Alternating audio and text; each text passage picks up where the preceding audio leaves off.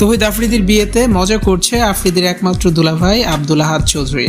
তৌহিদ আফ্রিদির বিয়ের নতুন ভিডিও সামাজিক যোগাযোগ মাধ্যমগুলোতে ভাইরাল হয়েছে। আফ্রিদির বিয়েতে তার বাবা, মা, বোন, দুলাভাই সবাই মিলে দারুণ মজা করছেন। সবাই অনেক অনেক বেশি খুশি। সবার পছন্দ আফ্রিদির বউ রাইসাকে।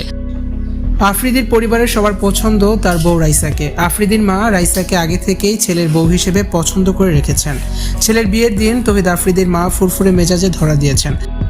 আফ্রিদিকে বিয়ে করিয়ে অনেক বড় বোঝা থেকে মুক্তি পেয়েছেন আফ্রিদির মা। আফ্রিদির বোন দুলাভাইও রাইসাকে আফ্রিদির বউ করতে পেরে খুবই খুশি।